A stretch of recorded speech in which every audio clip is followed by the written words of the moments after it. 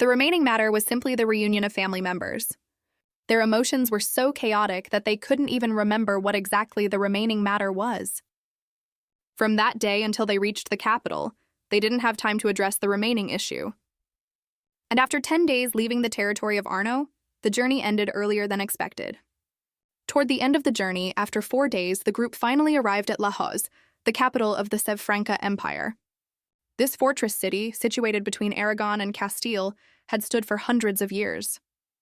The royal standard of the Sevfranca dynasty adorned the walls, featuring embroidered motifs of red roses with golden thorns. Zachary boldly announced his identity to the guards, demanding the gates to be opened. As soon as the gates were opened, the cheers of the capital's people echoed, displaying the black wolf motif, the banner of the Arno family. "Look, Count Zachary de Arno, the hero Zachary de Arno, eternal glory to Count Zachary." The heartfelt tribute from the capital's inhabitants honored the hero who had led the forefront in battles against Aragon's invading forces. "Lady, look over there." To reach His Majesty's residence, we must pass through those 3 grand gates. Just from the outside, it resembles a gigantic mountain. Even once inside La Hoz, we'll have to climb a while before reaching our destination.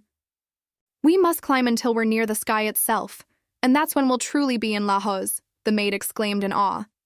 When Zachary and Bianca entered to audience with the monarch, Bianca was so tense that she became stiff as a board. She didn't want it to be this way, but couldn't help it. Seeing his wife like that, Zachary reached out and took her hand. Bianca was slightly surprised, realizing that her husband wanted to comfort her in this way. Zachary said, "Well, I can go alone." Bianca replied, "I'm okay, really." His grasp of her hand seemed to give her even more strength.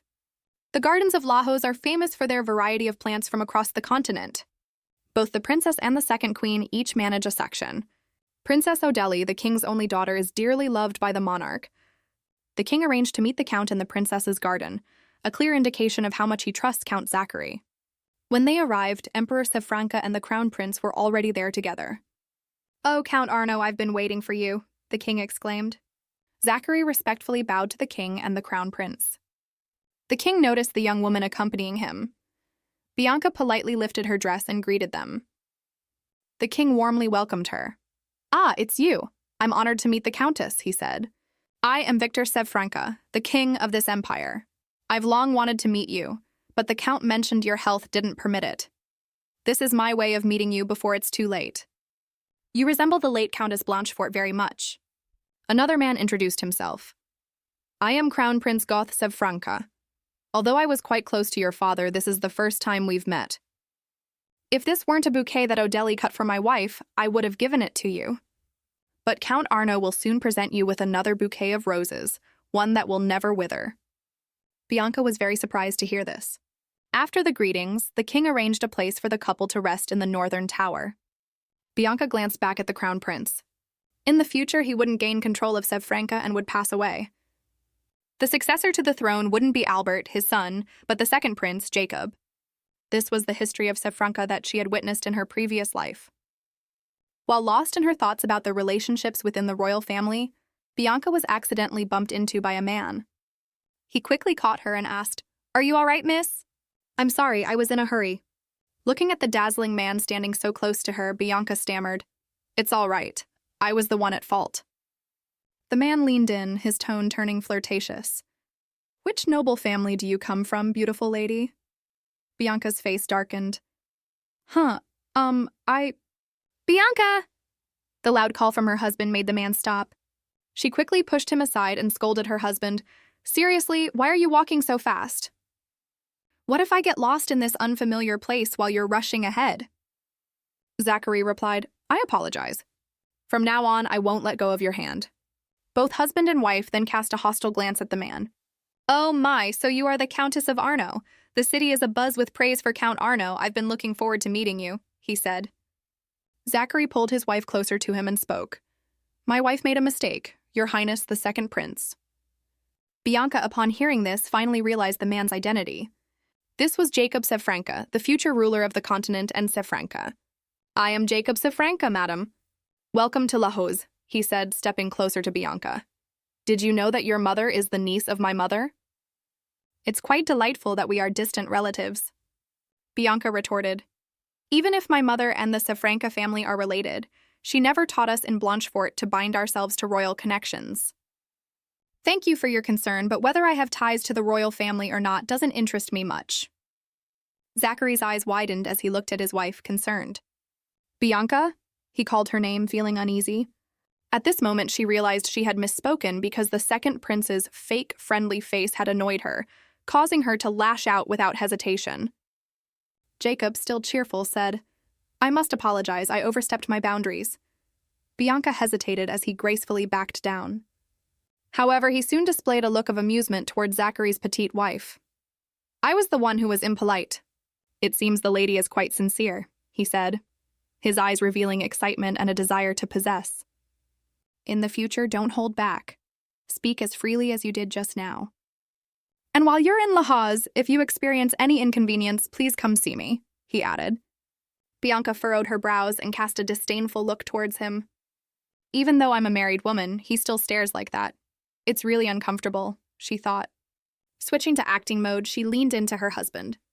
Oh dear, I'm feeling so tired. Let's go home, darling. Hearing his wife call him darling, Zachary blushed slightly. Bianca, why so sudden? But when he saw Jacob's lustful gaze directed at his wife, he seemed to understand the situation. Calmly, he said, I apologize, Your Highness. My wife is exhausted from the long journey, so we must take our leave. He matched Bianca's acting, adding, Excuse us? Standing before the glittering drama of the two, Jacob seemed like a distant shadow, so he just smiled and let them go. Zachary bowed to him, and both husband and wife turned and left immediately. Walking a sufficient distance away, Zachary awkwardly remarked, Now you call me darling husband so sweetly? Bianca muttered, Thank you for coordinating, you were quick-witted back there, recalling his reminder not to get close to him like that again. She mentally prepared herself to avoid him as much as possible. I worry for you. The second prince is cunning and relentless in achieving his goals. It's best if you stay away from him, Zachary cautioned. Bianca also knew that just by observing the controversies surrounding him, it was clear that the second prince had been a spy for the enemy nation of Aragon for over 20 years. The invasion by Aragon was merely a play orchestrated by him, which would become evident once Jacob ascended to the throne as the new emperor and king of Sevfranca. To maintain an alliance with Aragon, Jacob had to marry their princess. Shortly after, she became embroiled in rumors of infidelity, simply because she felt lonely while her husband was busy with state affairs. Nguitin was a heinous crime for women in Sevfranca. Bianca heard those words as a beggar and didn't miss a single word. Because the Princess of Aragon, Jacob's wife, was neglected by her husband, she shared her loneliness with a knight. She had an experience similar to Bianca's love for Fernand. That princess was caught in adultery, leading Aragon to comply with Jacob's demands, eventually leading to the selling of the country to him. Fernand told that story before he left. Bianca, our relationship ends here. I don't want to be involved with you anymore. His words shocked Bianca deeply, like a tragedy unfolding. When her husband passed away, Fernand also left her. Arno was Zachary's homeland, nestled in the hands of the Wigu family. Both the Princess of Aragon and Bianca were victims of exploitation and endured such humiliation that they had to sell away their own names. It seems like there's a lot of tension and complex emotions in Bianca's situation. She's understandably angry, especially with the knight and Fernand behaving inappropriately. However, hitting her husband in anger wasn't the best reaction, and she realizes she should apologize for her actions. She shifted to another topic. I think you're very lucky to be dressed so handsomely. You have more splendid outfits than I thought. My husband is taller and more handsome than the second prince. It would be heartbreaking if anyone were to cast their eyes downward and admire you in that outfit or anything else. Zachary blushed and chuckled. Ha! I've heard people say I'm tall, but this is the first time someone said I'm handsome. Bianca saw her husband's embarrassment and blushed along. Well, they must be feeling embarrassed or lacking in taste, those women you've met. Zachary became even more embarrassed. I just want peace and quiet, but why are you bringing up non-existent women? Bianca tried to calm her husband, and they continued to show each other affection every day, unaware that Lady Bianca's resentment toward the second prince and Count Arno had begun from that moment. In the bedroom of the Duke and Duchess of Arno at the royal palace, everything is being prepared to ensure maximum comfort for the couple during their stay. It's unexpected that the Grand Prince would favor them so much, providing such a grand room for their use. When the wooden chests from Arno arrived, Bianca finally felt that this was real. "Madam, this is the bedroom for you and the Count." Bianca stunned, feeling extremely embarrassed at the sight of just one large bed for two. After a moment's hesitation, she blushed and asked, "Will the Count be sharing the bed with me?" Yvonne innocently replied, "The Count hasn't given any other instructions, madam." Bianca glanced at the double bed and sighed. "Even though we've grown closer lately, how could we end up sharing a room so quickly?" That night, Bianca felt incredibly uneasy. Though her initial intention was to quickly get through her first night with her husband, she hadn't expected it to happen outside the Arno territory like this. Her heart pounded faster with each passing moment. "I never imagined we'd end up in the same room. This is so stressful," she thought. As Bianca was lost in thought, she suddenly heard the door gently push open. Zachary entered, his face still marked with traces of recently shed tears. Bianca felt embarrassed and thought to herself, "Has he just finished bathing? It's the first time I've seen him like this." Zachary slowly approached his wife and sat down beside her. "Oh, he's sitting right beside me. What should I do? How should I react?" Bianca was unsure how to handle this situation, feeling her heartbeat stronger than ever. "But we've sat together on horseback before, and it wasn't as tense as this," she reassured herself quietly. Suddenly, Zachary reached out his hand, and Bianca blushed, screaming inwardly, "It's starting, his hand." "What should I do? Take it slowly, stay calm," Bianca thought to herself. "Okay, I should put my hand on his knee. It's so cold, his hand is so cold, we're almost touching lips." Bianca lost in her dream. "Bianca, where are you?" "Ah, there you are, it's spring now in this highland terrain. They've provided us with warm blankets, so it shouldn't be too cold at night." Suddenly, Zachary looked puzzled. "Bianca, what's wrong with you?" Blushing, she silently scolded herself for only thinking of dark thoughts. Turning to him, she replied, "I'm fine, really. Would you be more comfortable lying on the right side or the left side? We should choose our spots, shouldn't we, instead of sharing the bed?" Zachary appeared puzzled. "Bianca, I think I'll sleep in the guest room." Bianca struggled for words and sighed. "Oh, I see, ha ha, silly me, why did I even imagine that, darn it, so silly." Then she immediately pretended to faint and said again, "I'm feeling a bit tired from all the imagining earlier." "Could you please leave?" Concerned, Zachary approached and sat down beside her. "You've always slept on the left side of the bed, so I'll take the right. One day we'll share a bed," he said. Bianca was overjoyed. "Count, are you not teasing me?" Zachary shrugged. "Let's see. It seems like our relationship is heading in a positive direction." Suddenly, he turned abruptly, causing her to blush and shy away. Seeing her reaction, Zachary hesitated and changed the subject. "Shall we discuss our plans to visit the capital and meet your father?" When the topic was first brought up, Bianca was shocked and unsure how to react. Zachary calmly said, "If you don't want to meet him, I can go to Count Blanchefort alone. But you've already mentioned Lahaz, so sooner or later we'll have to meet." Bianca replied calmly, "I'm fine with it. It's better to meet sooner rather than later." That evening, Bianca pondered deeply about this matter. She didn't understand why her father and brother wanted to meet her, but she instructed Yvonne to prepare an exquisite ceremonial attire for the occasion. "Anyway, I must show them that I am living well in Arno. Moreover, that I am greatly cherished and loved by the Count," she resolved. Seeing her resolve, Yvonne smiled gently. "Is there a renowned tailor in Lahaz? I want to find the most skilled person to make clothes for my husband," she said. Yvonne replied, "Madam, don't worry. Tomorrow morning, I will find the most famous tailor in Lahaz for you. I'm not one to enjoy small talk with strangers, but I am quite concerned about our family meeting," Bianca said. That night, she spoke to herself until she fell asleep. Even after 10 years apart, she still missed her family dearly. Early the next morning, a letter arrived from Count Arno's estate. "The young lady has arrived at the Blanchefort mansion in the center of the capital city of Lahuz." A young man rushed into the dining room, beaming with excitement. "Father, did you sleep well? We've finally received a response from Arno. She just arrived in Lahuz yesterday. Perhaps she was tired from the journey, hence the delayed reply."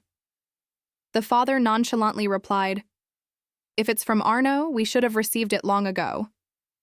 The son paid no heed to the reason for the delayed letter, eagerly anticipating the reunion in the next 2 days. Suddenly, they received news of a visitor. The steward appeared hesitant, and Gustava seemed suspicious, especially since someone had arrived unexpectedly so early in the morning. "Indeed, it is Prince Jacob," the steward announced. On one wall hung many portraits of the Blanchefort family. Jacob had quietly taken Bianca's childhood portrait and was now gazing at other pictures containing her face. "Your Highness," Count Blanchefort arrived to greet him, offering his salutations. Jacob immediately put on a false expression of delight and greeted back, "I bought this bouquet at that shop. Though it can't compare to the roses at Arno Estate, they're still the finest at the store. It would be wonderful to receive flowers from my sister-in-law or from Odeli's garden, but that's not possible, is it? After all, everyone in Sevfranca knows our connection, right?" Jacob continued to lament why he couldn't receive flowers from Princess Odeli or his own sister-in-law, which made Count Blanchefort increasingly uncomfortable. He feigned victimhood, portraying himself as scorned and rejected. Then he revealed the incident of the special audience with the king in Princess Odeli's garden. "I mean, Countess Arno and her husband were there among the nobles invited to this audience. They are the ones I wanted to meet the most. My brothers weren't pleased to have me there. But why did the emperor exclude me from the guest list? Wasn't someone preventing me from meeting the Count and Countess Arno? Indeed, Gustava suggested that the Grand Prince intervene in the matter. He believed Jacob showed a particular interest in his daughter and son-in-law. Sooner or later, his children would encounter him, but Gustava preferred delaying that encounter as long as possible. However, his plans seemed to have fallen apart. Jacob noticed the royal family distancing themselves from him. Over the past year or two, he even considered leaving the palace to change his mood. Yet, leaving the city meant missing the chance to meet the Count and Countess Arno. Jacob deliberately disclosed this to Gustava, saying, "I don't know who played this prank on me, but they overlooked something crucial, Count Blanchefort. There's nowhere here where my eyes and ears aren't. Not just at Arno Estate in Sevfranca, but many other places. Perhaps even across this continent. I'm tired of being abandoned," he emphasized. Gustava frowned deeply upon hearing the threatening words. He clutched the bouquet tightly, trembling. "Prince Jacob has grown into a cunning and dangerous character, more than I anticipated." Jacob suddenly stood up and continued, "In the past, I envied my brother and tried to emulate him. I also desire a lifelong loyal companion, much like the bond between Gouty and yourself." Earl Wigu's second son rose swiftly like a war hero. Zachary de Arno, after marrying and receiving his title, changed his name to Arno. I missed the chance to ally with him before. This time I will surely accomplish that. Not only with Count Arno, but also with his beloved wife, whom I admire greatly. Wishing you a good day, Count Blanchefort Yakov." He walked straight out the door without looking back. Gustava knew he had been exposed regarding the meeting with the king. This quick wit was just like his mother's and the second queen. She was a relative and close friend of the queen, but she was willing to do anything to achieve her goals, driven by her deep devotion to the emperor. She secretly slept with the emperor while he was intoxicated to conceive a child, and that child is Prince Jacob. This happened while the queen was resting after giving birth to Prince Gouty. It sounds unbelievable, but it's an unintentional event that everyone in Sevfranca is aware of. The relationship between the emperor and his consort nearly broke apart because of it.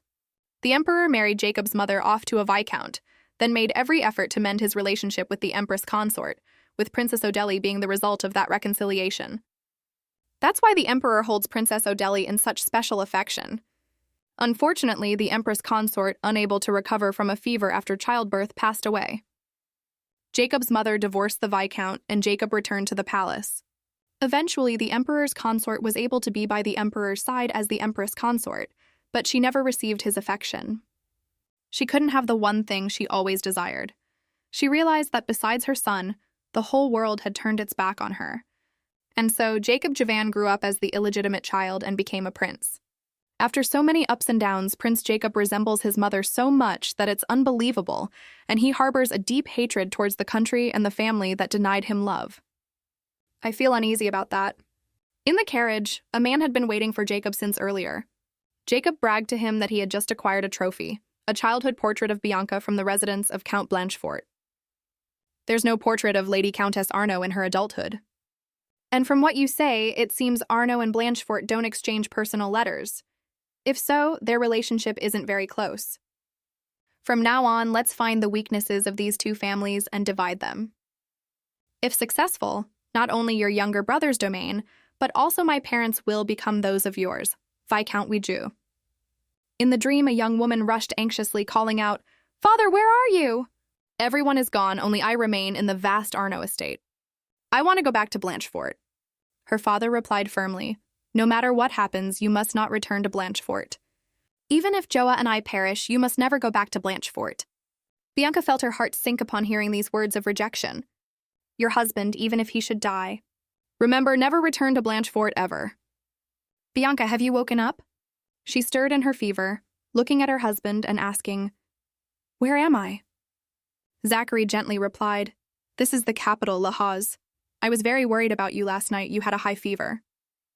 Perhaps it was from exhaustion during our journey to the capital, right? Bianca muttered to herself, reminding herself to go quickly to La Hoz's top tailors, but Zachary intervened. First, you must rest. Once you're feeling better, I'll have a beautiful outfit made for you to wear outside. Bianca, exhausted, replied, No, I don't need anything for myself. I want clothes made for you. Zachary, deeply moved by his wife's sentiment, finally understood her feelings. I'm sorry, Bianca. All this time I didn't understand your heart. And so the Count took care of his wife throughout the night. But he still didn't understand why she feared meeting her family like that. Since that winter, the Count had grown closer to his wife. But he felt that it couldn't make up for the times he had been cold towards her before, and he had never felt such regret before. After that night, Bianca, though still slightly feverish, decided to visit her family. It seems like Zachary is expressing concern for her. You look very pale. But Bianca cannot delay this matter, as everyone will be busy with the upcoming engagement of the Crown Prince. Bianca turns to her maid and asks, Could you please apply some blush for me, Yvonne? Zachary reaches for the powder box and says, Let me do it, as he kneels in front of her and begins applying the blush. Is this how you do it?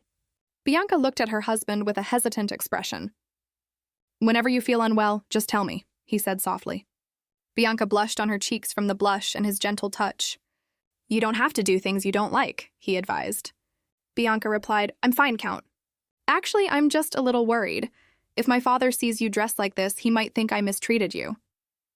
Bianca revealed her overly blushed cheeks and then furrowed her brow. Now I've mistreated you a bit. How do you feel about my face? It used to look better before. Zachary startled. He repeatedly apologized to his wife for his poor makeup skills. The entire scene was witnessed by their maid. Upon closer inspection, she still looked lovely. Bianca could only pout in mild annoyance. However, deep inside, Bianca's heart was beating rapidly. Perhaps this was the most terrifying moment of her life. As I stepped through this door to meet my family after many years apart. It wasn't meeting the Emperor, but Bianca seemed oddly nervous.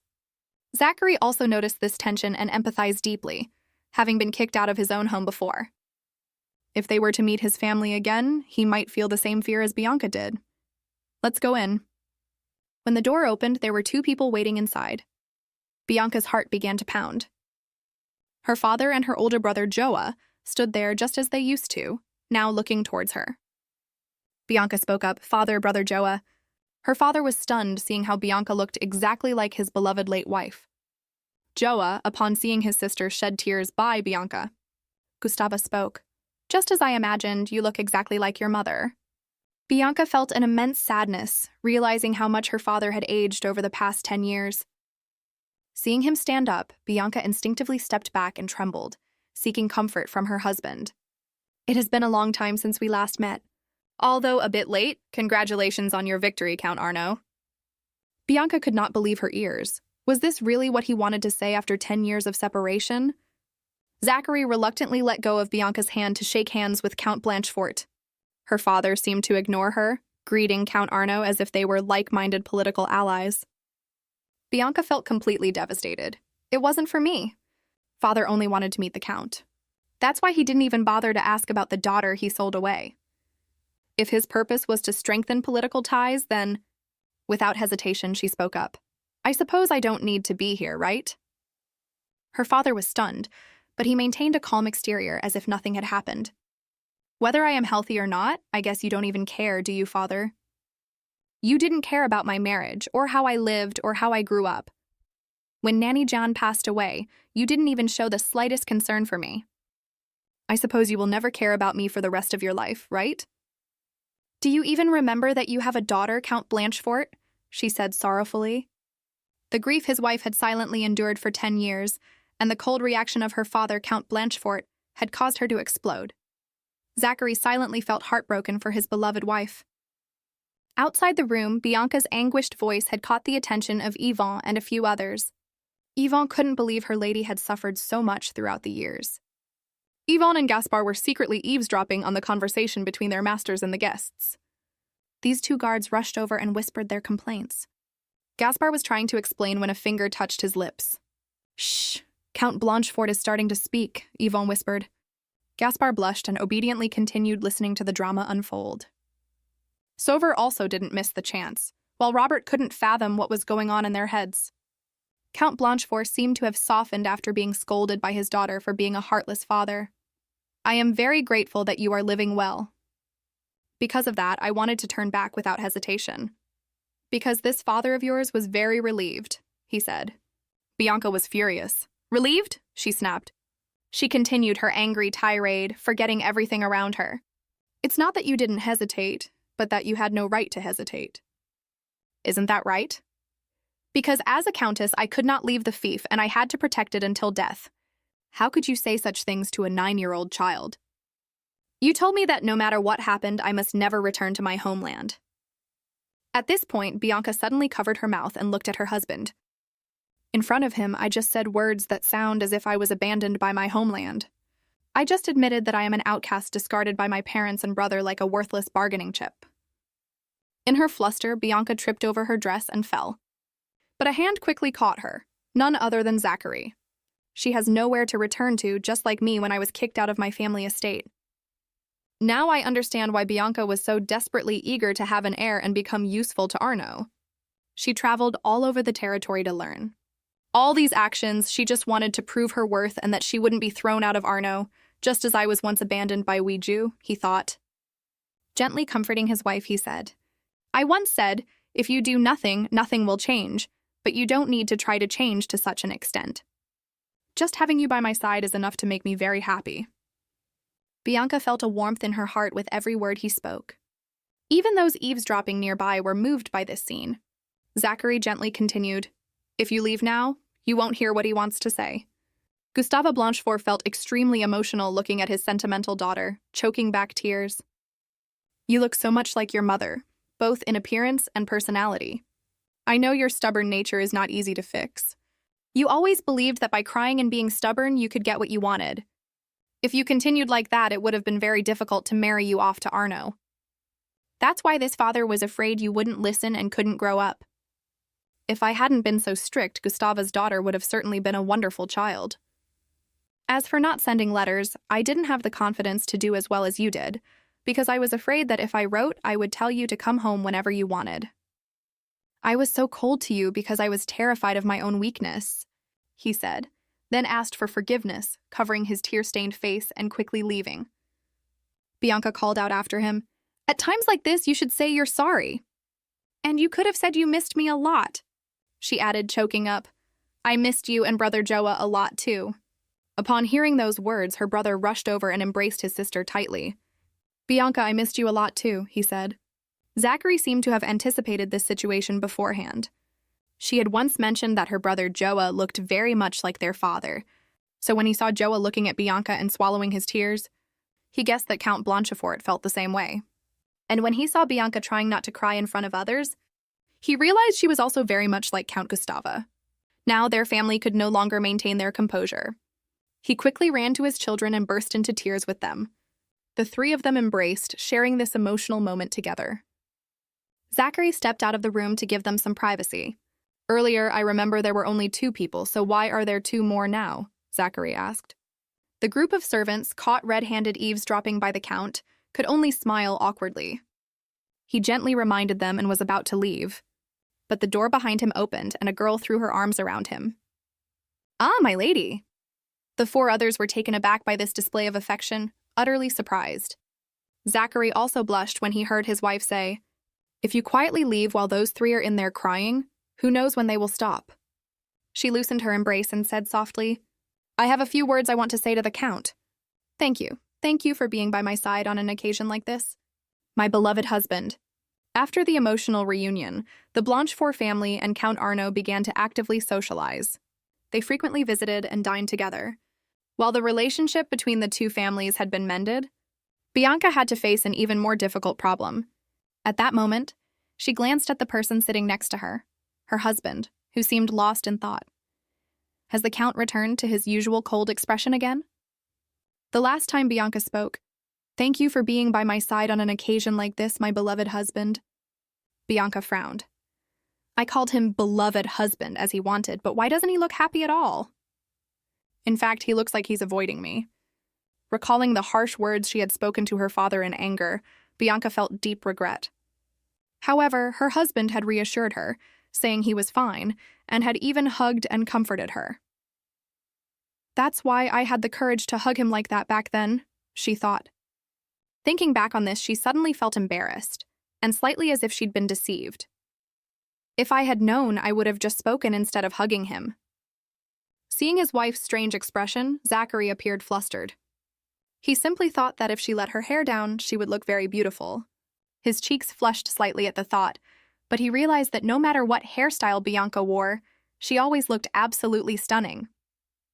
At the Blanchefort estate, as the family was dining, Gustave revealed a matter to his son-in-law. Second Prince Jacob had strongly desired to recruit Zachary when he first received his baron title. The prince was targeting newly risen nobles to build a faction supporting him. Hearing this, Bianca felt disgusted. Zachary then recalled that on his first day in La Hoz, he went there per the second prince's summons. However, because he arrived a day early to explore the palace, he had met Count Blanchefort first, and the Count had proposed Zachary marry Bianca.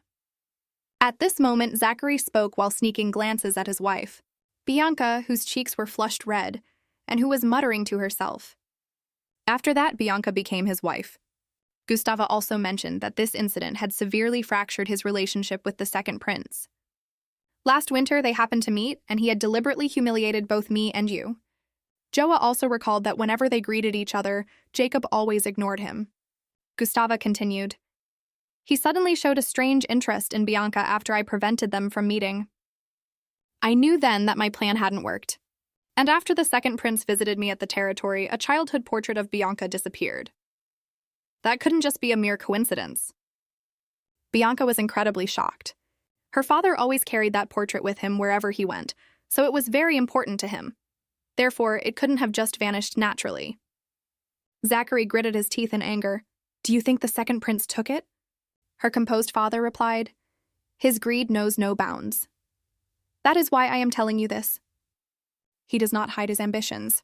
So, wherever you two are, whether in La Hoz or anywhere else, you must be wary of the second prince. By evening, Count Arno and his wife left. Bianca couldn't help but feel anxious because it seemed the second prince harbored intentions toward her. This made her extremely uncomfortable and indignant, especially when she thought about how he might have stolen her childhood portrait. Bianca felt increasingly uneasy, her stomach churning. Yvonne asked worriedly, My lady, are you all right? You don't look well. Bianca replied, I feel a bit nauseous. While they were unsure of what to do, Zachary banged on the door, calling for Gaspar. Stop the carriage for a moment. The carriage quickly halted. Bianca's face was pale and clearly showed signs of pain. Zachary helped Bianca out, encouraging her to take deep breaths of fresh air and gently said, It is normal for your mood to be affected after hearing such things. Let's take a short walk. He ordered everyone to stay behind and took a short stroll with his wife. Watching the couple's fading silhouettes, Yvonne couldn't help but worry. Suddenly, Gaspar sniffed something and ran off, surprising Yvonne.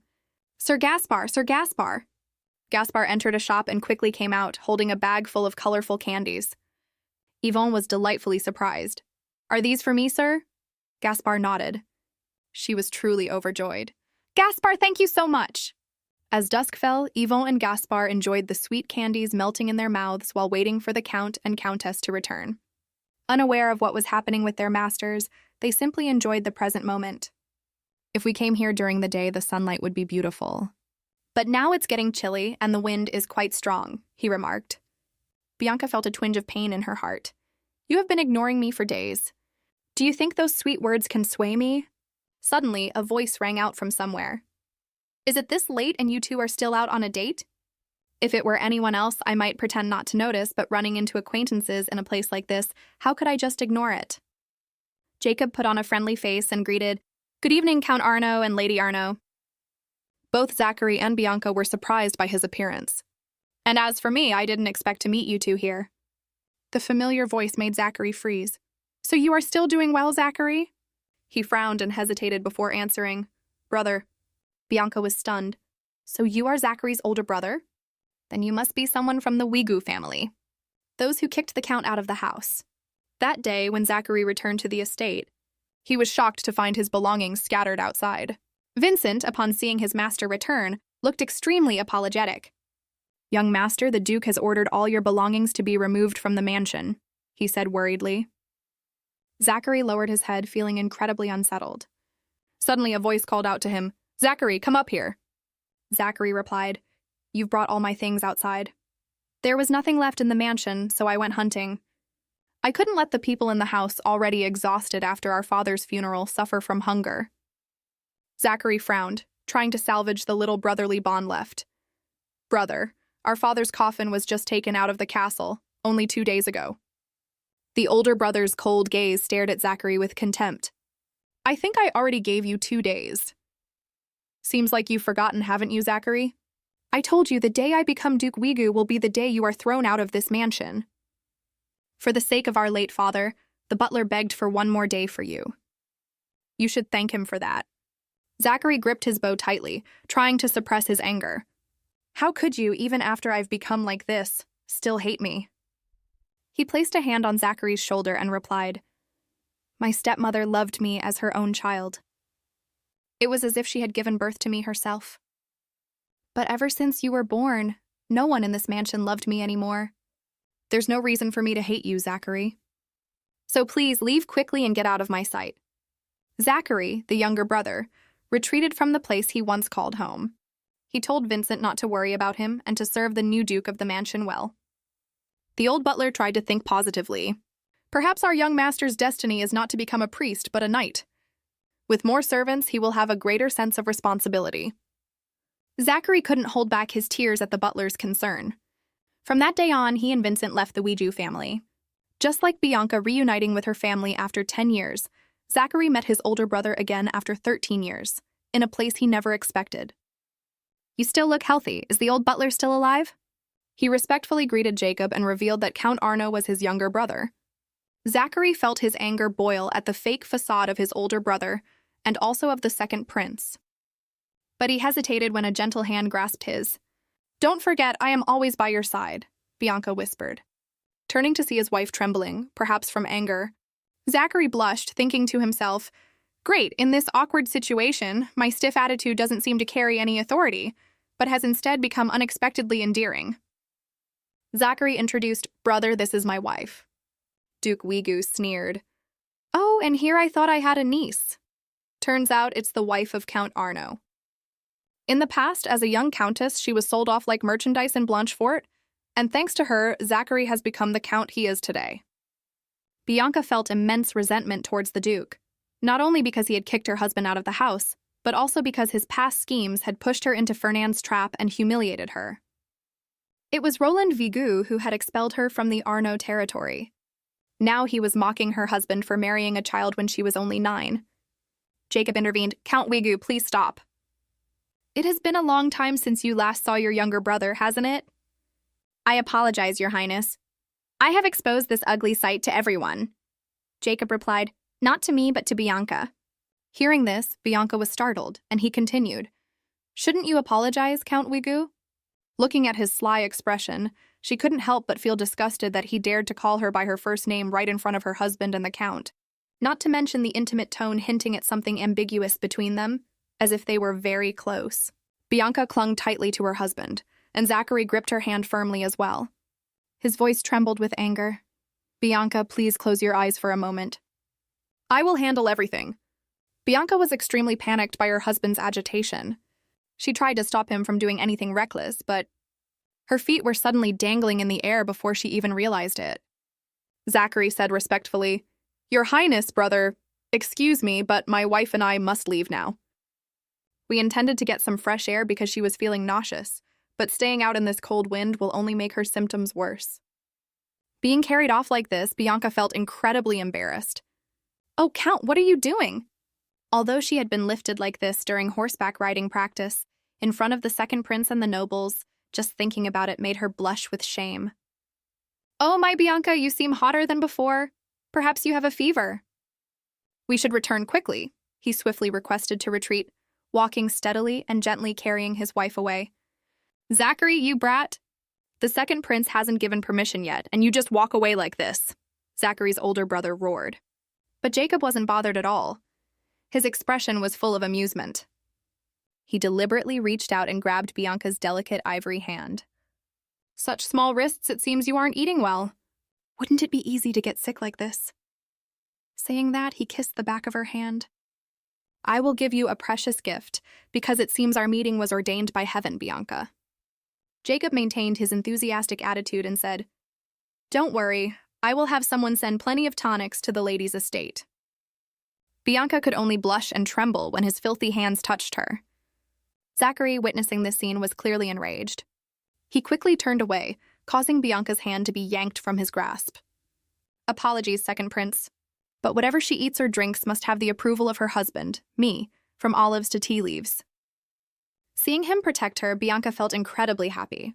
Zachary added to the second prince, "Whatever you send, my wife will not use it." Having said that, they bowed and left. Jacob remained stubborn. "Bianca's husband manages everything for her, does he? Sooner or later, I will be the one enforcing that, Count Arno." On the street, people blushed at an incredibly romantic scene. A noblewoman who seemed to have fainted and a knight carrying her in his arms. Little did they know, it was the renowned Count Arno and his wife. Bianca felt extremely embarrassed.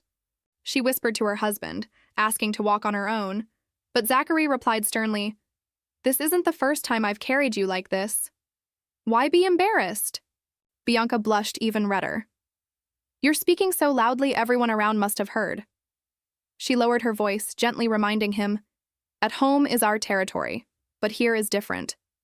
Zachary let out a mischievous laugh, then just pretend to have fainted like everyone says.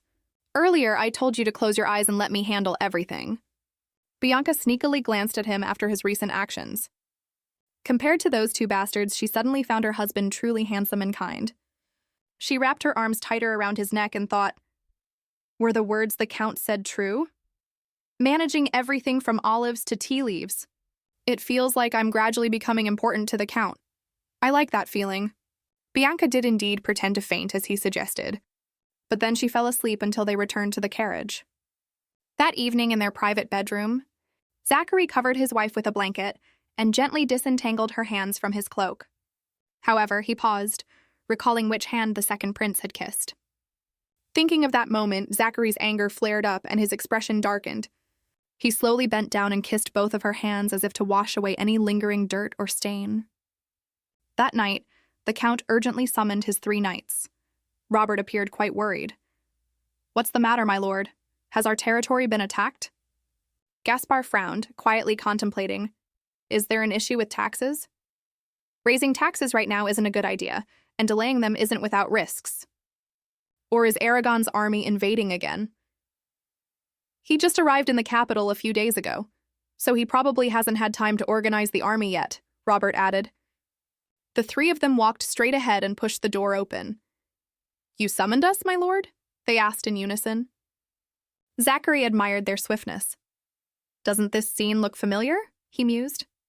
"Because of my urgent summons," Zachary answered. "That's right, because I have a very important matter to discuss with you all." Robert tensed up. "A very important matter?" Gaspar raised an eyebrow. "It must be about taxes," Gaspar commented. Meanwhile, Sauveur, with a puzzled look, asked, "Why does it smell so sweet in here? Is it from Gaspar?" Zachary continued, "It seems second Prince Jacob has set his sights on Bianca." All 3 knights were shocked. "What? Second Prince Jacob? Why is he pursuing a married woman?" Robert exclaimed in anger. How dare he behave like that towards the Count's lady? Regardless of his royal status, that is utterly absurd. Sauveur interjected, twisting his words. "Isn't your phrase, our Count's lady, just as absurd?" Robert grimaced. "As a knight of Arno, it's only natural I address the Count's wife that way." The Count is right there, yet he still dares to pull such tricks. Even if he views Count Arno as a joke, he is still a noble. Gaspar, who rarely spoke, muttered, "The lady's portrait, he stole her childhood portrait." The other 2 exploded in disbelief. "What?" Sauveur exclaimed. A portrait? And her childhood portrait at that? What kind of pervert is he? Robert let out a heavy sigh. A prince of a kingdom resorting to such theft? Zachary couldn't suppress his indignation at their words. Where did you hear this, Gaspar? Gaspar replied. Ah, Yvonne told me. Zachary speculated. It seems he deliberately wants to cause trouble for both me and Count Blanchefort. But the way he looked at Bianca is very concerning. Gaspar, if Bianca encounters Jacob, you must bring her back immediately. Yes, my lord, Gaspar responded instantly. Sauveur was surprised that the Count would have Gaspar escort the lady as a precaution against such incidents. Initially, he thought the Count was being overly cautious, but now he was shocked thinking about what the lady had endured. Zachary revealed his frustration. If I had known this would happen, I wouldn't have let Bianca come to the capital La Hoz. There are unexpected people lurking around Bianca, so be careful. Why was I dubbed the Bloodthirsty? Why is the symbol of House Arno a black wolf? Because a wolf will devour anyone who dares to covet its possessions. I will carve it deep into their bones that Bianca is something they can never take away. To me now, Bianca is priceless. After that day, Bianca had health issues again and had to call for a doctor. After the doctor left, she asked Yvonne about her husband. This morning, the Count went to have breakfast with His Highness Gauti. Feeling tired, Bianca sighed. Is that so? Since we arrived in La Hoz, he has only gone out with me, so he hasn't gotten any work done. Seeing Bianca sad, Yvonne then revealed to her, Did you know, my lady, the Count actually declined the invitation and wanted to take care of you himself. But declining the first prince's invitation is quite impolite, so the others insisted and stopped him. He said he would return right after breakfast. Hearing this, Bianca's cheeks flushed with embarrassment, perhaps due to the fever or feeling shy. After Bianca finished bathing and returned to bed, Yvonne carried the basin of water out of the room. Just as she reached the door, a hand reached out to take the basin from her. Let me, Gaspar said softly, lifting the basin and quickly turning away. Wait! Yvonne couldn't stop him in time and could only smile, hurriedly following Gaspar, the quiet man, as he walked away. Bianca's doctor advised her to eat more and start taking walks. This necklace has been brought out. Can you help me do my makeup to match it today? Bianca asked. It turned out this piece of jewelry was a gift the Count had given her for her 15th birthday. At that time, she hadn't met him, so she didn't know, but the necklace perfectly matched the color of her eyes. The maid was very moved upon hearing this. My lady, trust me, I will make you look absolutely gorgeous today. After preparing for a while, Bianca put on her red dress paired with the sapphire necklace. She felt a bit nervous, wondering if she might bump into Viscount Weiju anywhere today, but with this entourage, no one would be able to approach her without permission. Sauveur started with his usual cheesy tone. Oh, my lady, it is truly an honor to escort you on your walk today. We will protect you with all our hearts. On the battlefield, they call me the Mad Dog. I guarantee to take care of anyone who dares to cause trouble for you. Bianca nodded in approval. I am very pleased with that nickname.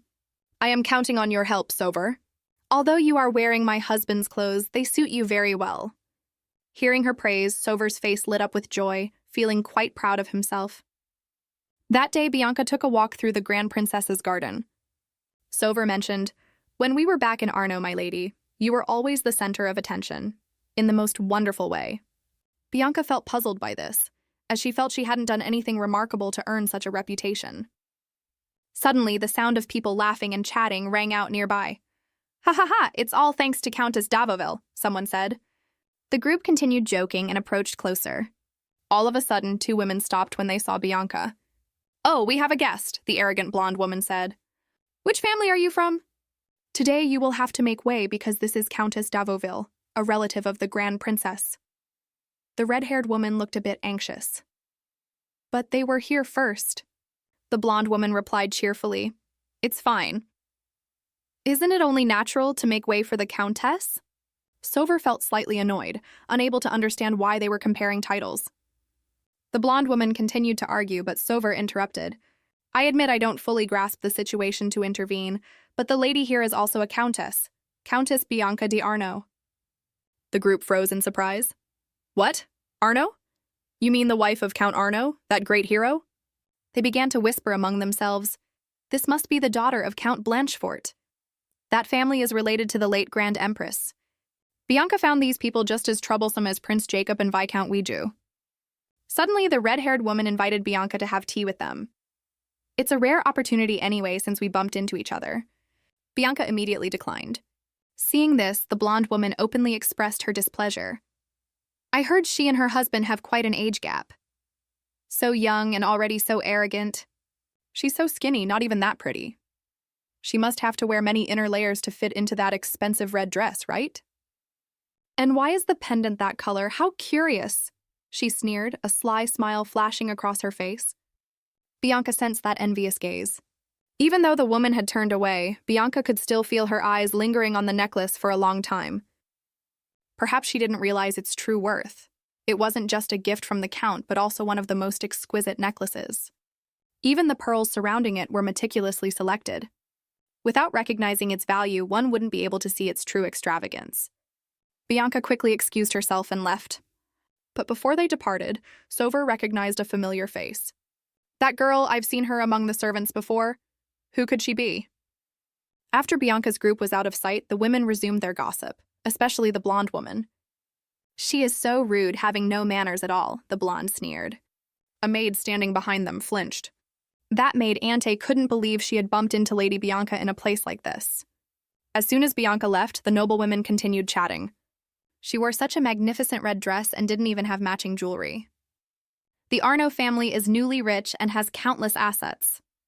Yet, she couldn't even find a decent piece of jewelry to pair with the dress, one of them mocked. However, the red-haired Countess d'Avoville thought the necklace perfectly matched Lady Arnaud's eye color. But the blonde continued to badmouth Bianca while endlessly flattering d'Avoville. I've never seen a sapphire shine so brilliantly. That is something not just any noble lady can possess, she gushed, smoothly transitioning from flattery to insult.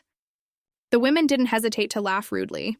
Suddenly, one of them excitedly mentioned, "Do you ladies know that secret love affairs are very trendy these days?"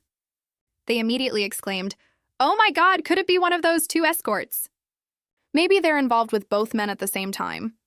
Anyway, infidelity is still wrong, isn't it? I wonder if she can even understand a man's feelings with those cold, lifeless, reptile-like eyes. While they were laughing and chatting, Auntie stepped forward, carrying a tea tray to serve the noblewomen. If you'd like, I can share some interesting stories about Lady Bianca. I used to work at the Arnaud estate for a while, so I know a few stories, she offered. Auntie smirked maliciously. She no longer cared about the reason she was fired from the Arnaud estate. Instead, she gloated at inventing stories to slander Bianca. Meanwhile, Sover suddenly remembered something and shouted loudly, "Ah, I remember now!" Everyone enjoying their picnic was startled and turned their curious gazes towards him. Sover quickly turned to Yvonne and asked, "That maid, the one with the mole under her eye and blonde hair, what was her name again?" Yvonne covered her mouth before answering, "Do you mean Ante?" Sover exclaimed, "Exactly, among the servants there was this girl Ante." Bianca still didn't understand who he was referring to. Yvonne clarified, "She is the one who was fired for being disrespectful to you, my lady. That maid." Bianca finally recalled the past, saying, "I remember now. After that incident, she was the one who took care of my hands day and night.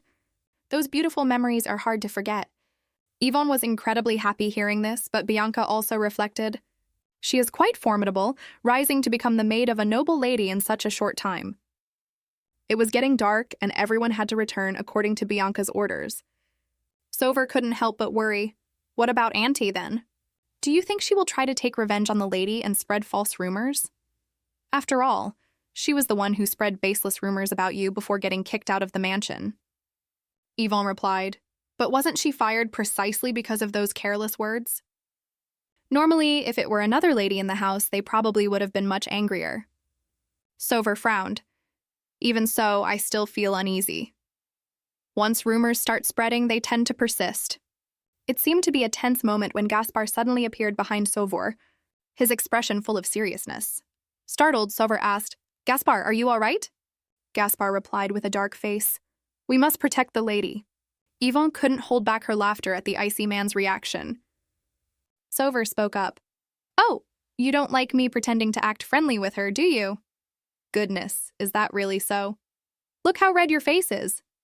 Back in the room, amidst all the noise from Sauveur and the others, Bianca wasn't bothered in the slightest, her eyes sparkling as she looked at Zachary. It looked like a sweet moment between Zachary and Bianca. Zachary, who was being measured for clothes by a tailor, suddenly saw Bianca and cheerfully greeted, "You're back?" He turned to the tailor and said, "Please pause for a moment. Since the tailor arrived early, I've already finished taking my measurements." Approaching Bianca, Zachary stared at her intently, making Bianca feel flustered. Is something wrong?" she asked. Suddenly, he reached out, lifted her chin, and said, "So you're wearing it." "I thought you didn't like it, so you never used it." Bianca replied, "It's the gift you gave me for my 15th birthday."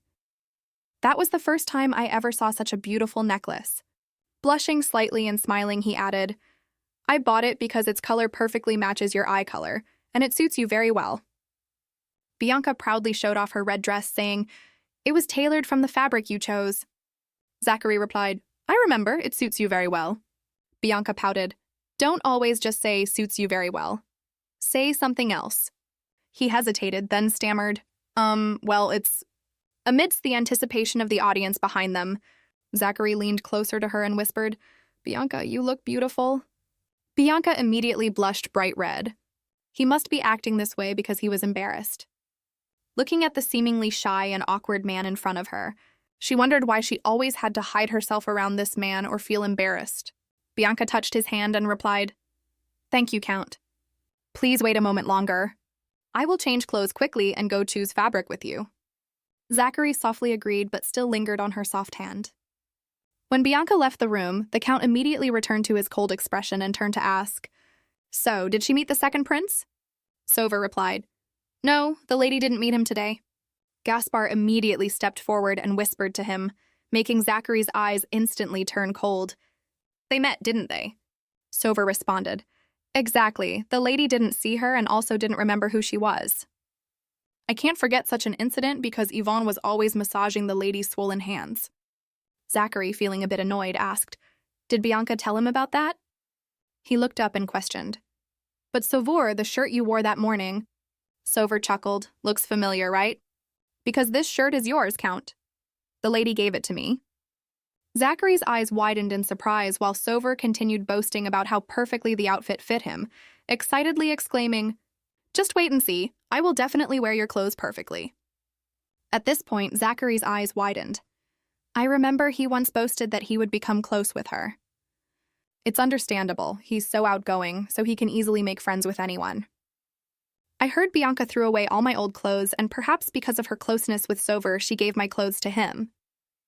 Thinking of this, Zachary exploded. "Getting to see each other every day and being close to one another, even I don't get that." He held out his hand and made a face like a debt collector. "Take it off, now." Sover immediately cried out, "What?" But seeing the fiery gaze and threats from his master, he quickly became meek. "Hold on, wait, my lord. Although I swore loyalty to you, right now the only clothes I brought to Lahaz are yours." Bianca nodded, observing, "If this night is so noisy, we must be more careful when going out." Yvonne replied, "Perhaps it's because of his wandering background that he doesn't hide his thoughts like that. I always thought knights were cold and reserved. The Count is like that too. Gaspar isn't a talkative person either." Bianca giggled at Yvonne's reaction. "Yvonne seems to like reserved men, like Sir Gaspar, right?" The maid looked flustered. "Oh, my lady, are you teasing me too?" She hesitated before continuing. "Of course, Sir Gaspar is quiet, but not an emotionless person. He is very thoughtful and especially kind. But as a knight, he wouldn't easily get caught up in romantic feelings like this." Bianca placed a hand on Yvonne's shoulder, saying, "What about you, Yvonne?" "You are wonderful. As Lady Arno, I can confidently say that. Happiness is a glory, and if an opportunity is right in front of our eyes, we shouldn't miss it." Yvonne was deeply moved by these words. "My lady, I am truly so happy to grasp this opportunity. Do you know how overjoyed I am to be here with you?" Hearing this, Bianca blushed. "Why are you suddenly getting so sentimental?" Yvonne giggled and held her master's hands. "My lady, you deserve to be as happy as I am." Bianca fell into deep thought. Happiness? Since returning from the past, I have always focused on trying to make up for my previously miserable life. I know what the future holds, and it has nothing to do with my own happiness. But now this life isn't just mine alone anymore. Upon returning, I realized that there are other lives around me, Everyone's life matters, and I hope everyone will find happiness together.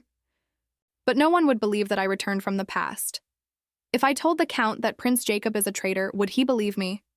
Although he hasn't completed his conquest yet, his relationship with the Count is definitely different from the previous life. Because the past has changed, the future will certainly change as well. If my relationship with the Count becomes closer, he might believe my words. I must not miss that opportunity.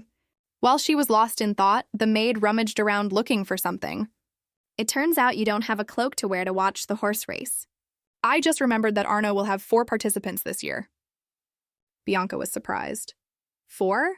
Besides those 3, who else is there? Yvonne replied, "Oh my lady, it is the Count himself." Bianca's expression darkened. The horse race was actually a jousting tournament between knights on horseback. After grabbing their lances and charging at each other, the one who remained on horseback would be declared the winner. It was a tremendous honor for the champion knight, as jousting was quite dangerous. The winner of the knockout rounds would be awarded an eternal golden rose, and they would dedicate this rose to the one they loved. That was the highlight of the tournament.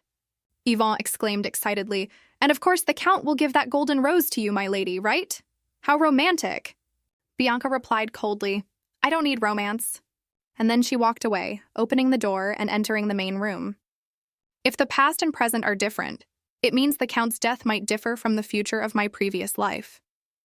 Seeing the 2 men arguing over a shirt, Bianca didn't say anything, but looked at her husband with affectionate concern. He might not die on the battlefield in a few years, but he could still die from falling off a horse or making some mistake, she thought. She grabbed his shirt and spoke up. "Count, please do not participate in this tournament, okay?" Zachary looked surprised. "Why do you say that?" Bianca replied, "Because it's too dangerous. I've heard stories of people falling off horses and dying just from missing a beat with the lance." She felt extremely uneasy and trembled inside. If the Count participates in anything dangerous, even just a little, I have to stop him. At this time, Sover interjected to reassure her. Since this tournament celebrates Prince Anbert's engagement, not just anyone can participate. The selected knights have all passed rigorous screening, so there won't be any accidents. Instead of worrying about the Count, shouldn't the lady worry more about his opponents? Anyone brave enough to joust against the Count must be very courageous. Zachary felt a warmth in his heart. Is she worrying about me? Bianca is worrying about me? Seeing his wife's concern and hearing her gently scold Sover, Zachary looked at her affectionately. So that's how it is. It turns out I'm not the only one worrying. Suddenly, Bianca spun around to face him, startling Zachary. Count, why haven't you said anything about the tournament? He could only blush. She nagged. This isn't a game of chess, it's like a battle with lances on horseback. If my husband competes, I have to go watch. But why didn't you tell me? Zachary blushed at Bianca's concern, but suddenly flashes of memories crossed his mind. He thought, I am so arrogant. Perhaps Bianca is simply disgusted by the smell of blood on me, not worried. With this thought, he gripped the table tightly. I know what you are worried about. You don't have to reluctantly go to a place where people are constantly injured and bleeding, he said. Bianca fell silent, her words cutting through the tense atmosphere. You don't need it, do you? If this anxiety is out of worry for the Count, then he doesn't need my concern either. She brushed his hand away and said coldly, If my husband competes and his wife doesn't even bother to come watch, what will people say? I don't want them to smear your honor. Zachary's heart skipped a beat, feeling the weight of the argument. The argument continued between them, leaving Sover standing on the sidelines looking like a faded shadow, while Bianca's reasoning was incredibly solid. Meanwhile, Zachary remained stubborn, his head buzzing from the back-and-forth exchange. She turned her back and walked away. Fine, you can do whatever you want, but I know what I want, she said. Yvonne, can you call the tailor outside to come in? I will have him make a new outfit for the Count and an outer cloak. That will do, won't it? Zachary, seeing his wife frustrated, immediately sat down next to her and went along with her wishes. The audience was somewhat disappointed to witness the tension between the two main characters. They knew both cared for each other, but unfortunately, the Count and the lady themselves failed to realize it. When Bianca left, Zachary expressed his frustration to Robert about what had just happened. He was very surprised because she normally didn't care whether he participated in these recreational games or not, but suddenly today she vehemently opposed it. Zachary felt discouraged, convinced that her opposition was not out of concern for him. Sover exclaimed, "What now? The lady is truly worried about you. She might even be crying alone in her room right now." Robert pondered. "Count, why don't you take this opportunity to use the lady's opposition as an excuse to withdraw? No one in Sevfranca can defeat you, but this time knights from Castile will also participate, so it's harder to refuse. If you win the tournament, won't you have to make an appearance?" Zachary became thoughtful. "That doesn't matter anymore. Regardless, participating is my duty, so it will be fine." He frowned and muttered to himself, "I will teach vultures like Jacob and that maid a lesson, even that maid. I will make sure they understand that my wife is not someone they can mess with." That evening, Yvonne knocked on the lady's door but received no response. "What should we do? It seems the lady is already asleep," Yvonne remarked awkwardly. Zachary crossed his arms in thought, wondering if she would attend the tournament tomorrow or not. "If the lady went to sleep this early, perhaps her health isn't doing well," Yvonne said, trying to defend his wife. Her adorable expression, whether the Count noticed or not, had successfully made Gaspar blush. "The lady is trying very hard to go there and cheer for you, Count." Bianca, hearing those silly words from outside, frowned and silently blamed Yvonne in her thoughts. Zachary hesitated before answering. "All right, but if Bianca feels tired, then don't let her go." The maid obediently nodded. Just then, seeing Gaspar make way for her, Yvonne recalled the words the lady had said. "Yvonne, you are a wonderful girl. So grasp the opportunity when you can." She immediately woke up and called to Gaspar. "Tomorrow, I will definitely cheer for you with all my heart." Gaspar's heart felt as if thousands of stars were sparkling. He leaned down to where the maid stood and blushed. Yvonne felt incredibly happy, and the two of them looked like two little birds flirting with each other. Inside the room, Bianca was admiring the masterpiece lace handkerchief she had woven herself. Of course, the Count will give a rose to his lady, right? Just thinking about it was already romantic. Thinking of Yvonne's flowery words, Bianca sneered, "I will never let that concept of romance happen." She decided that if the Count wore this handkerchief, he would be the most standout participant. Bianca muttered to herself, "I have done everything possible as the wife of Zachary d'Arnaud." She tossed and turned in bed, then sat up and cried out loudly, "It's decided! I made this lace handkerchief with all my heart for a man who doesn't even worry about me. This gift is purely just for show." Count Zachary, while bathing, received a cosmic signal that immediately sent shivers down his spine. Later, she became sad because he refused to accept her help, making her remember previous times when there seemed to be a distance between the two of them. So perhaps the gentleness he showed over the past 6 months was just an illusion. The Count is a man with a high sense of responsibility and is incredibly delicate, so maybe I am just an obligation to him. The words he always said to me, whether the Count of the past or now, haven't changed at all. But what about me? The feelings I perceive from every gesture of the Count remain exactly the same as the days before I developed feelings for Fernand. Things are not okay, Bianca. I will recall all those feelings, the pain, the betrayal, despair, criticism, begging, loneliness, love. Those emotions are like an infectious disease, causing excruciating pain, leading to exhaustion and death. Bianca affectionately looked at the lace handkerchief and thought to herself, "So it's also quite fortunate that we maintain this distance." I realized the Count's sincerity before sinking deep into love with him. How fortunate. In the capital of the Sevfranca Empire, both nobles and commoners eagerly participated in the spring tournament. Its scale was like a grand festival, and it even welcomed magnificent guests from Castile. However, the main focus of this tournament was the iron-blooded hero, who was the talk of the town. Isn't it too obvious that he will win this tournament? Even if magic were used, it wouldn't make any difference. Therefore, betting on who will win this tournament is pointless. While enjoying fruit ice cream, Yvonne excitedly shared that instead of betting on who would win, people were more interested in betting on who would come in second. Bianca sighed, realizing that the title Iron-Blooded wasn't just empty words. Even the knights from Castile didn't have the slightest doubt about the Count's victory. Yvonne continued, mentioning that some Arnaud knights were also candidates for the runner-up position, including the second prince. Bianca stopped midway upon hearing his name, anxiety creeping in as she wondered what dark schemes he might be hatching. Her impression when remembering him from the past, the Count was an incredibly talented man. How could he die so pointlessly like that? The second prince must be secretly communicating with Aragon, plotting behind our backs. Did the Count die in the war against Aragon because of Jacob's schemes?